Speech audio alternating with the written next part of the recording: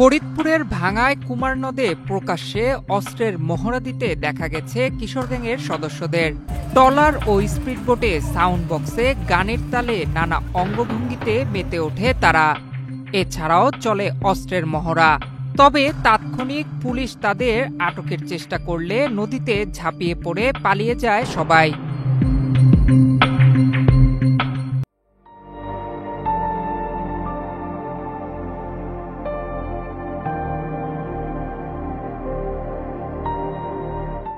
Police ও স্থানীয় সূত্রে জানা যায়, বিশ্বকর্মা পূজা উপলক্ষে ভাঙ্গায় কুমার নদে নৌকাবাইচ হওয়ার কথা ছিল, কিন্তু কোনো নৌকাবাইচ অনুষ্ঠিত হয়নি।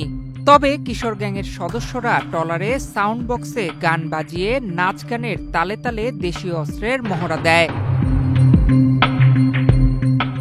এ ব্যাপারে 18 সেপ্টেম্বর বৃহস্পতিবার দুপুরে ভাঙ্গা থানার ভারপ্রাপ্ত কর্মকর্তা মোহাম্মদ আশরাফ হোসেনের সাথে ফোনে যোগাযোগ করা হলে তিনি বলেন, বুধবার বিকেলে কুমার নদে দেশীয় অস্ত্রের মহড়ার খবর পেয়ে পুলিশ কুমার নদে অভিযান পরিচালনা করেছে।